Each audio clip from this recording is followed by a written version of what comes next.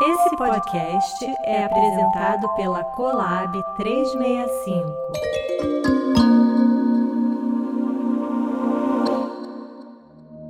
Olá, bem-vindas e bem-vindos a esse podcast com procedimentos guiados da técnica de Alexander. Eu sou a Gabriela Geluda e a proposta desse episódio é apresentar as diferentes possibilidades de uso do pensamento, da propriocepção e da ação propostas por essa técnica. A gente não precisa definir uma posição específica. A gente pode escutar esse áudio deitado, a gente pode escutar em pé, pode escutar sentado.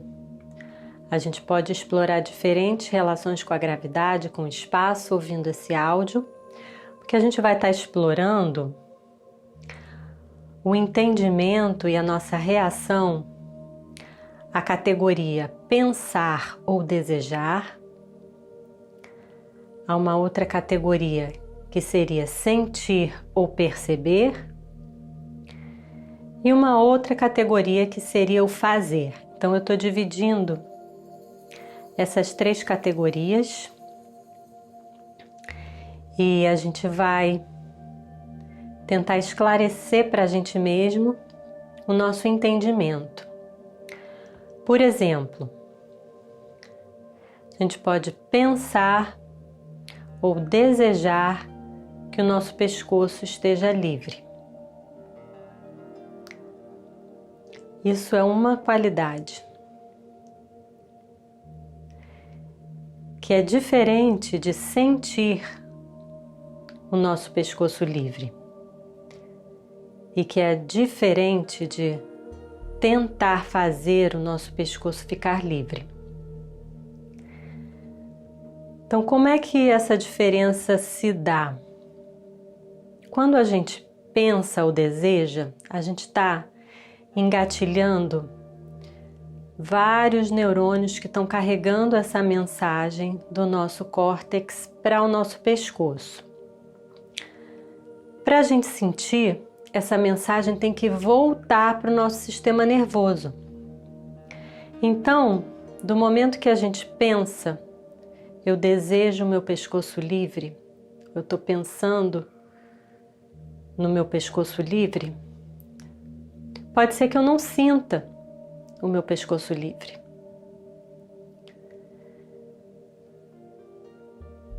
Então a gente pode observar se a gente consegue sustentar, simplesmente mandar a mensagem, né, de desejar o pescoço livre, desejar que o nosso peso esteja descansando nos apoios, ou se a gente já está querendo sentir se isso realmente está acontecendo, checar. Porque pode ser que a gente esteja mandando a mensagem, que esse caminho neurológico esteja sendo construído, mas a gente ainda não tenha construído o retorno do caminho que vai dar a informação para o nosso sistema nervoso de que isso realmente está acontecendo. Então pode ser que a gente não sinta. Isso não quer dizer que a mensagem não está sendo mandada e que mudanças não estejam ocorrendo. Mas se a gente fica muito apegado a querer sentir, provavelmente a gente vai acabar fazendo alguma coisa para sentir. E aí entra outra categoria, que é tentar fazer o pescoço ficar livre. E a maneira como a gente faz alguma coisa é através de tensão muscular. Então, numa técnica em que a gente está tentando minimizar as interferências, do momento que a gente começa a tentar fazer o pescoço ficar livre, na verdade a gente provavelmente vai estar impedindo o nosso pescoço de ficar livre. Então eu acho muito interessante a gente clarear essas categorias para a gente poder escolher qual qualidade de pensamento a gente está querendo utilizar. Todas essas qualidades são úteis, são bem-vindas, mas depende do nosso objetivo.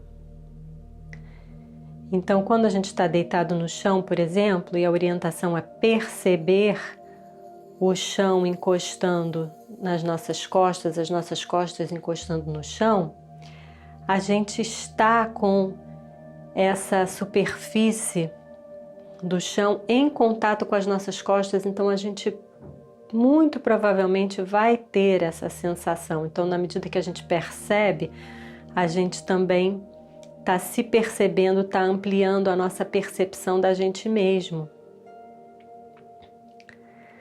Mas no momento que a gente está querendo sentir se o nosso pescoço está livre, ou sentir se a direção que eu mandei está funcionando, ou sentir se eu realmente estou reta ou não estou reta, ou estou na posição certa ou não estou na posição certa, a gente muito provavelmente vai interferir. Então, eu vou agora começar a sugerir alguns pensamentos, algumas indicações, para a gente ir clareando e observando como é que a gente está entendendo essas categorias e aperfeiçoando essa independência entre as qualidades de desejar ou pensar, sentir ou perceber e fazer.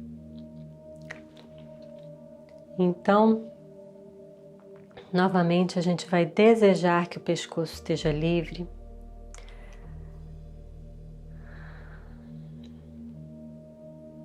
A gente vai desejar que a mandíbula, a articulação da mandíbula também esteja livre.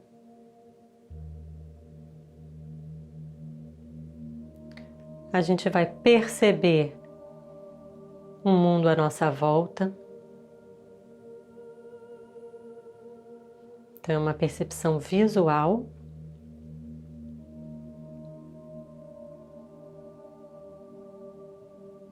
E a gente pode explorar essas qualidades de percepção, procurando acolher essa informação visual, minimizando qualquer esforço para perceber, ou seja, separando o fazer no sentido de se esforçar, de tentar ver, do simplesmente permitir que essas informações estejam chegando, essas informações visuais estejam nos chegando. Então aí a gente está explorando essa linha entre o fazer, um olhar que faz, que tenta ver, e um olhar que percebe receptivamente as informações. E a gente pode levantar um braço, por exemplo. Isso é um fazer. Estou fazendo. Usei força muscular, tive um resultado no espaço, movi. Então, quando a gente quer mover, quando a gente quer esse tipo de resultado, fazer é totalmente bem-vindo e necessário. Mas quando a gente está querendo diminuir as interferências, diminuir as tensões, modificar hábitos de tensão desnecessária, a gente vai procurar isolar um pouco esse fazer e trabalhar no desejar. Então eu desejo que o topo da minha cabeça esteja indo na direção oposta dos meus isquios. Os isquios são esses ossinhos que ficam na bacia, na pelvis. Se você estiver sentado, você vai sentir eles em contato com a cadeira. Se você estiver deitado, você vai sentir, você vai lembrar que eles estão apontando entre os seus pés, na direção oposta da cabeça. Então, quando a gente está desejando que o topo da cabeça esteja indo na direção oposta aos isquios, a gente vai observar se a gente não está fazendo essa oposição, ou seja, se a gente não está se esticando para cima ou para baixo, nem se a gente está querendo sentir se realmente checar, né? Se realmente alguma coisa está acontecendo, se realmente essa direção está funcionando. E a gente não precisa, realmente não precisa se preocupar em sentir nada. A gente está investindo na mensagem de ida, na mensagem que está indo do nosso córtex cerebral para o topo da nossa cabeça, em direção ao espaço e para os isquios, consequentemente permeando todo o nosso tronco, e não necessariamente a gente precisa sentir. Pode ser que a gente sinta, pode ser que a gente sinta alguma expansão, ou alguma dificuldade, ou alguma tensão, ou alguma liberação, tudo isso é possível, mas o nosso foco está sendo em alimentar esse desejo. Porque se a gente não estiver sentindo, não significa que não está acontecendo, e se a gente estiver sentindo, não significa que essa sensação seja totalmente confiável, porque a nossa percepção ela é relativa, então é possível que a nossa sensação também nos pregue algumas peças.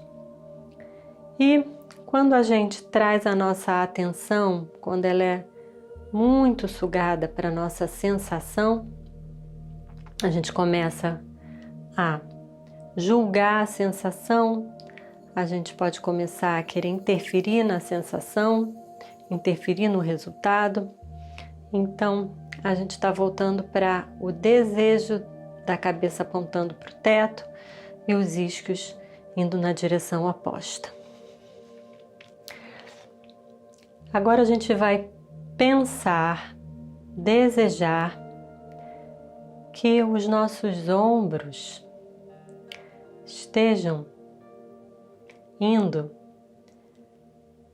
em direções opostas, ou seja, criando uma expansão de largura no desejo, no pensamento, ou seja, a gente não precisa fazer nada, a gente está mandando essa mensagem de largura, de direções opostas, de lateralidade para os nossos ombros, para as nossas costas. Isso a gente está simplesmente ocupado em renovar esse desejo, renovar essas direções. Quando a gente fala direção, é porque a gente está pensando espacialmente, também porque é um comando, né? É uma direção que a gente está nos dando, mas é uma direção que ela está separada de um fazer. Então a gente não vai fazer essa direção, a gente vai pensar essa direção, a gente vai desejar essa direção. Porque do momento que a gente começar a tentar fazer essa direção, a gente vai usar esforço muscular e a gente vai acabar perdendo espaço, porque toda vez que a gente contrai a musculatura, a gente perde espaço, porque o músculo contraído ele é menor do que o músculo não contraído. Então, por mais que a gente possa ter uma ideia, uma sensação de que a gente está aumentando de tamanho através de um esforço, a gente em outro lugar vai estar perdendo espaço para compensar aquele esforço na nossa malha muscular. Porque o esforço significa isso, significa contração, fazer significa contração, e a contração significa perda de espaço. Então a gente volta para nossa priorização em desejar essa largura das costas, largura da frente do nosso corpo.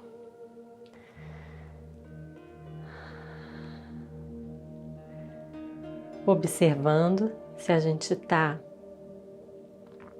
contaminando esse pensar num desejo de sentir, num fazer, e clareando e resgatando essa independência dessas qualidades de trabalho consigo. Então a gente pode também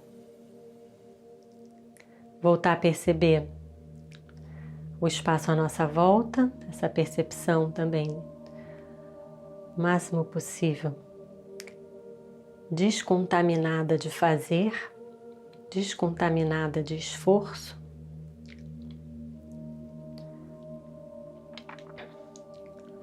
A gente volta a desejar que o topo da nossa cabeça esteja indo em direção ao teto, que o pescoço esteja livre, que a mandíbula esteja livre. Todos esses são desejos, pensamentos. Não importa se a gente não perceber ou não sentir, e a gente vai tentar inibir a nossa reação de, porventura, tentar fazer alguma coisa com essas indicações. A gente vai desejar que o nosso peso esteja descansando nos pontos de apoio. Então, se a gente está deitado, a gente está desejando que esse peso descanse no chão, através das costas e o peso da cabeça descansando nos livros. Se a gente estiver sentado, o nosso peso está descansando na cadeira, através do contato dos nossos isquios, e o peso das pernas descansando no chão através da sola dos pés. Se a gente estiver em pé, a gente está somente com a superfície dos pés, da sola dos pés em contato com a superfície do chão. Então, nosso peso está nos atravessando e sendo entregue para o chão através da sola dos pés. Então, a gente está desejando essa entrega, a gente está pensando. A gente não está empurrando o chão, isso seria um fazer. A gente não está querendo sentir se o peso realmente está passando ou não está passando, a gente está desejando.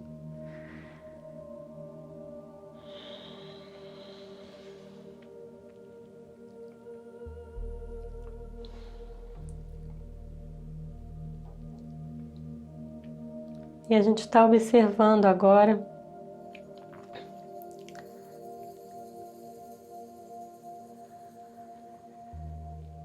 depois de todo esse trabalho,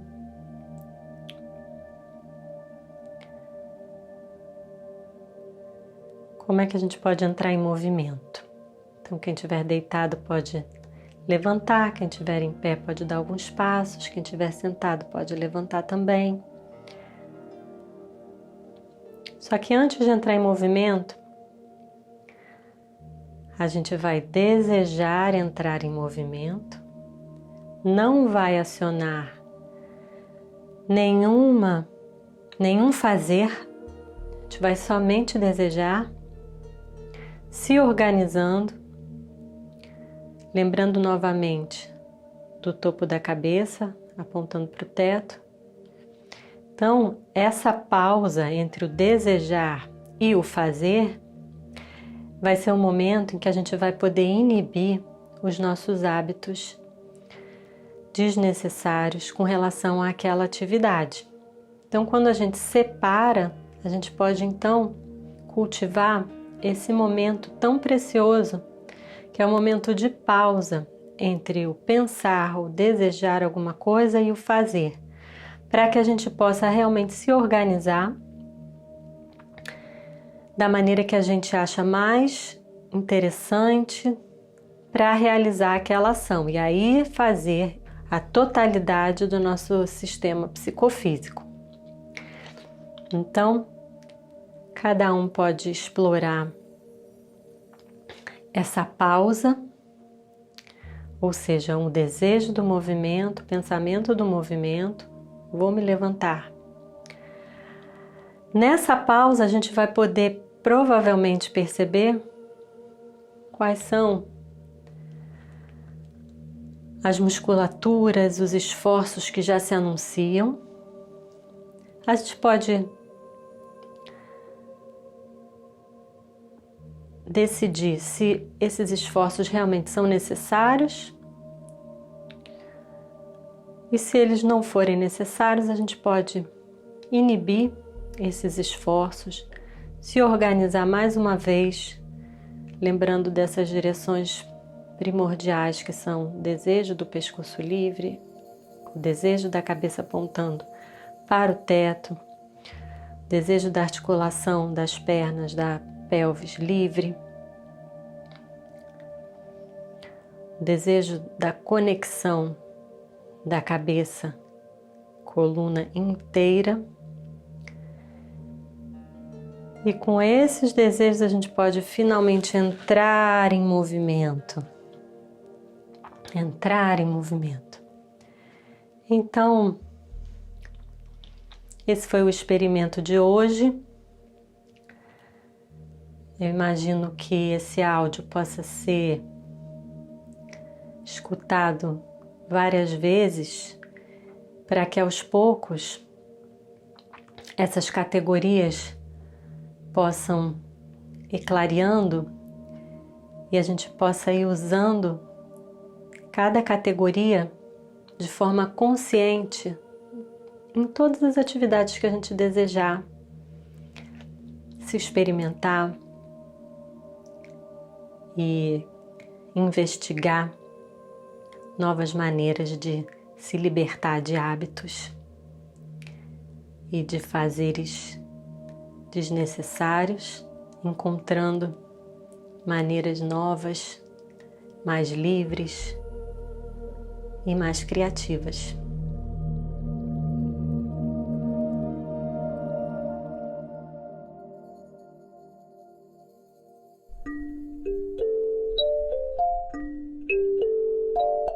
Hoje ficamos por aqui. Lembrando que esse episódio não substitui uma aula presencial da técnica de Alexander. A ideia é que ele funcione como um suporte para a prática cotidiana de cada um. Se você quiser saber mais sobre essa técnica, minhas aulas individuais e cursos, visite o meu site gabrielageluda.com.br. Bons experimentos! Esse podcast é o resultado de uma collab entre eu e a Collab 365, com a direção de criação de André Galhardo e produção executiva de Ricardo Oliveira. A edição foi da Luísa Flaios e do Ricardo Oliveira, que também mixou e desenvolveu a identidade sonora. O design e as ilustrações foram criados por Daniela Cabral e João Galhardo.